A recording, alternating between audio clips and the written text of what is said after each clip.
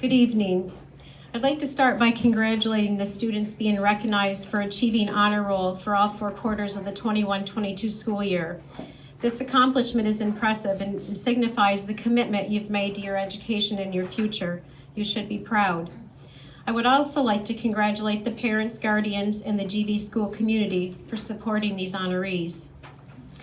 As the Belmont Central School alumnus being inducted into the class of 2022 Distinguished Alumni Wall of Fame, I was asked to share a few thoughts about what I learned in school and how it helped shape my future. In 1984, I graduated from Belmont Central and then went on to post-secondary education in a sports medicine program. Honestly, I was unsure of what I wanted to do in my life at that age, which is why the path I took changed down the road. So don't be afraid to change your pathways. I've never regretted that decision, which enabled me to help educate area youth and directly affect what I am speaking about tonight, how school helped shape my character, my work ethic, and my professional career. Recently, after 31 years in education, I retired as superintendent of a local school district. I apologize, this is redundant. I held various other positions throughout these years, including school secretary, elementary teacher, principal, and assistant superintendent for CTE. The honor of speaking to you today allowed me to reflect on what pushed me to a successful and rewarding career. It's impossible to choose just one point as the aha moment because many things I learned and the experiences I had greatly impacted me. However, it was later in life, I think, when I really realized just how much. As I thought about what to share, I noticed a few overarching themes, such as participation. It doesn't matter what you choose, just get involved in something. I participated in athletics, music, and various clubs, and the life lessons I learned and the values I acquired are very transferable. I realized through these experiences that having a relentless drive pushes you forward, helps to promote goal setting, and creates a mindset that doesn't allow you to just settle. There are also plenty of opportunities to develop your moral compass in school, learn right from wrong, and most importantly, act on it. No doubt, school is a time for learning, but education entails far more than just academic growth.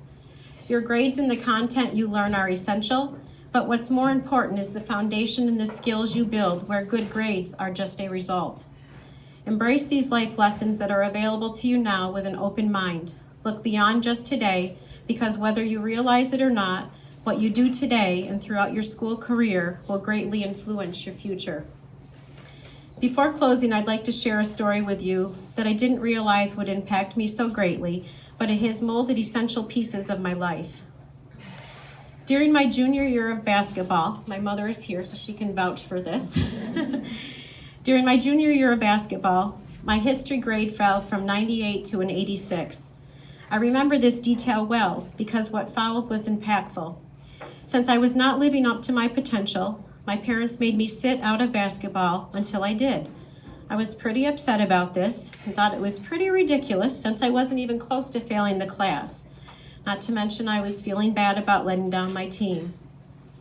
Nevertheless, in later years, I understood the importance of that moment. My parents set expectations I had not yet established for myself. I did return to basketball that year and had learned a valuable lesson. I learned the power of having expectations of yourself and doing what is necessary to live up to them. Maybe you have had a similar experience such as this, and if you have, embrace it. These are the types of lessons you will look back on throughout life. This honor roll dinner is a wonderful way for our school and community to recognize and celebrate your accomplishments. I challenge you, don't stop here. There are no barriers greater than yourself. The life lessons you learn now in school will help you evolve into a balanced, capable, resourceful, and compassionate person. And once again, congratulations and thank you. Thank you for this great honor of being inducted into this Wall of Fame. I too would like to extend my congratulations to all the students here for their many semesters, many periods of being in the honor roll and in the great accomplishments that you've had in your academic career. I also want to thank the committee for nominating me for this distinguished award. I will tell you, I'm not that distinguished. I am an alum. In June, I will celebrate 20 years of graduating from Genesee Valley Central School, and for that, I am very grateful. And as far as distinguishments, I don't have many, but when I was thinking about this award, I was thinking of many distinguished people that came into my life through my time at Genesee Valley Central School, 6 years at Belmont Central School, and then the last 6 years at Genesee Valley Central School. And those distinguished people are really the educators, the teachers that came into my life over this time, from the time of pre-K all the way to 12th grade. I think we were actually the first graduating class in the new building. But to the students tonight, I would like to talk to you about something other than success, if you don't mind. You're all very successful. You've made honor roll, you're in National Honor Society, you've done this marking period after marking period. I would like to talk to you about failure. Failure. This is something I'm very accustomed to. And it started in pre-K with Mrs. DiGirolamo, was my pre-K teacher. I had the great pleasure of having her in 4th grade as well. They seem to repeat in Belmont. They would catch you up at other grade levels. And Mrs. D would assign packets of paperwork that you'd have to complete for homework. And she was never quite satisfied with the homework that I would turn in. Because one of the things that I used to do with the packets was take a few pages off the back of the packet and then turn it in, thinking, I didn't get the whole packet. Okay, I didn't get the whole packet. But I finished what I did supposedly get. And she said, you're not going to make it, so you're going to have to stay after school with me. And in 4th grade, I would stay after school with Mrs. DiGirolamo with 4 or 5 other 4th graders, and she would write up on the chalkboard, and she would teach us all these different things that were in the packet that we didn't get right. And I will never, ever forget the time and generosity and care that she gave to us in the midst of our own maybe rebelliousness, laziness, whatever you want to call it, at 4th grade. But she was there for us. She was there caring for us in the midst of our own need.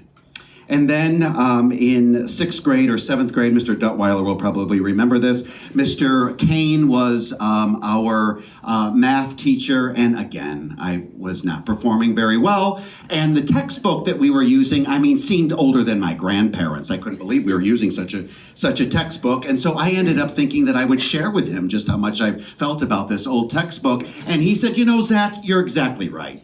The textbook, the only thing that's good about this textbook is you could roll it and smoke it. But here's the thing, you have to get a grade on your report card. So you will come to me during recess and we will meet. There were 2 other students with me. I remember them very well. And he would sit there on the chalkboard going through these different formulas and telling us to memorize them. And eventually we were able to take the test. And then it was, I can't remember the grade. Maybe again, Mr. Duttweiler will remember this. Mr. Duttweiler probably has many more stories than this. I apologize because, but Mrs. Bullock, what year was chemistry? Junior year. Junior year. Oh, this was terrible. Chemistry, so you can see that my brain is not the math and the sciences. We had to give a presentation in preparing for the Regents exam for chemistry. And I was not doing well, and the group I was paired with was not doing well. And Mrs. Bullock came up to me during study hall. I was with Mrs. Marinera at the time, Madame Marinera, the French teacher. And she said, Zach, are you ready for your presentation on whatever, the periodic table, whatever you want to call it? And we were getting ready for this presentation. I said, oh yeah, I'm ready. She said, you don't look ready. I said, I'm ready. So I got up and we had this slide projector at the time, and I was putting up the different formulas of the periodic table, and I was giving my presentation completely and utterly unprepared. Mrs. Bullock very kindly, gently, got up out of her chair, walked to the back of the room as all my other classmates were facing me, and on the blackboard in the back of the room wrote B, period, S, period, and underlined it. And she said, If you're going to pass the Regents exam for chemistry, you're going to need a tutor. So thanks be to God for Mrs. Heaney. I would go over to Belfast to meet with Mrs. Heaney to try to pass the chemistry exam. Now, you might think, they must be hitting a very low bar to be having me, the distinguished alum, here hearing all of this failure. But there were some successes. And there were some successes, obviously, because of this great help and concern I got from teachers along the way. But two people in particular that I would like to share about tonight that were incredibly important to me in my own personal human growth and development, but also my own academic career. I was very much interested in languages as I was moving on throughout high school. And Mrs. Tenney, Mrs. Cindy Tenney, and Michelle Marinero, you should pray for her also, but she had a horrible situation with this last hurricane that came through southern Florida. Her place in Venice was completely demolished. So Mrs. Tenney and Mrs. Marinera were completely and utterly dedicated to helping me to learn Spanish, to learn French. Even after school, they would stay with me. They would lend me books to learn Spanish and French. And over the years, just navigating the world in travels, knowing these languages and be able to excel at these languages has become a great gift, has become a great gift in my own life and in my own ministry in the church. So finally, I would like to share with you something of my own childhood. I used to like to watch Mr. Rogers' Neighborhood. And this past year, I happened to be able to have the chance to travel to Latrobe, Pennsylvania, where it's his hometown. And I was visiting his museum. And there was a quote up on the wall in the museum of Mr. Rogers that said, "When I was a boy, I would see scary things in the news. And my mother would say to me, 'Look for the helpers. Look for the helpers. You'll always find people who are helping.'" So my dear friends, you've excelled. You're successful. You're on the honor roll. You're doing wonderful things. But the world at times can be very scary. There's a lot of suffering in the world. It can be scary the way adults talk to each other, the way they talk about each other, the way they talk of other people. The world can be scary, but look for the helpers. The helpers are all around. They're everywhere. You just have to have the eyes, the ears, and the heart to see them. Follow the helpers, and you truly will be distinguished. May God continue to bless you. Thank you. Congratulations, everybody, on your honors. My brother wished he could have been here tonight. He's very honored to be receiving this award and wished that he could have been here in person. I sat down with my brother Paul recently. There's 16 years between him and myself. So there was a lot to learn. Our family moved to Angelica from Belfast in 1963. The Angelica School building at that time was only 8 years old.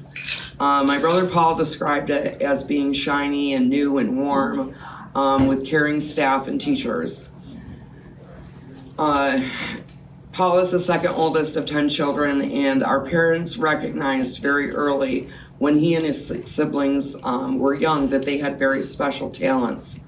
Paul began repairing and building things for the family and throughout the neighborhood before he was even old enough to attend school.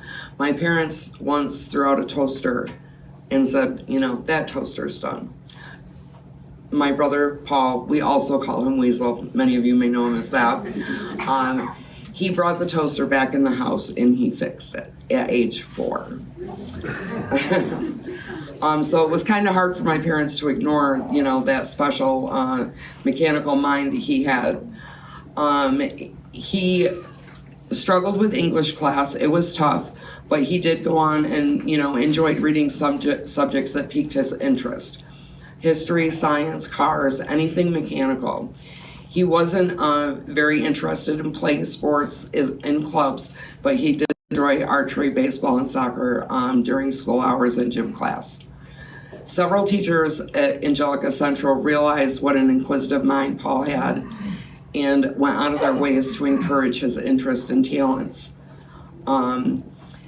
He credits his mother, my mom Wilma, and with his artistic and creative streak, and our father with his mechanical side. His art teacher recognized and encouraged his talent. His science teacher taught subjects of interest and was always there to answer the many questions that Paul would bring up. One industrial arts teacher from whom he learned drafting, woodworking, and offset printing, and working with sheet metal was very patient and went above and beyond and looked out for him. These teachers and others, including staff at the ACS building, made this like a second home for Paul. When he enrolled in BOCE's machine shop class and met his instructor, he knew that he could advance his machining and mechanical abilities. He found his future eventually as a machine shop owner, operator, engineer, and inventor known throughout the United States and in many countries.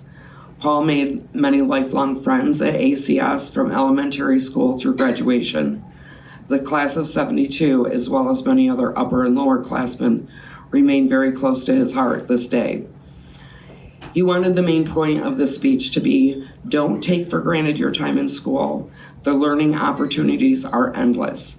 You're only cheating yourself if you don't learn all you can and make long-lasting memories with teacher and staff and fellow students while you're there. And it is important to volunteer. His many years as a firefighter, county fair board, Angelica booster citizen, among several other things, served him well. While doing something good for others, you will broaden your knowledge and make lasting memories that may help you in the business and in life. Work hard and never stop learning. On a sidebar, I just want to say that watching my brother Paul over the years, he was more than a brilliant mind, absorbing everything that he could. He's such a patient man, and he gave back in learning. Anyone who he would see that wanted to, oh, well, what are you doing? How are you doing that? He always took the time and the patience to try to teach somebody else something that they wanted to understand. So honorees, as you, go forward and, take in all of this information and learn and do everything that you can with the opportunities, remember to be a teacher also, a very patient teacher like my brother Paul is. And this being said, again, it is such an honor for my brother, and we thank you.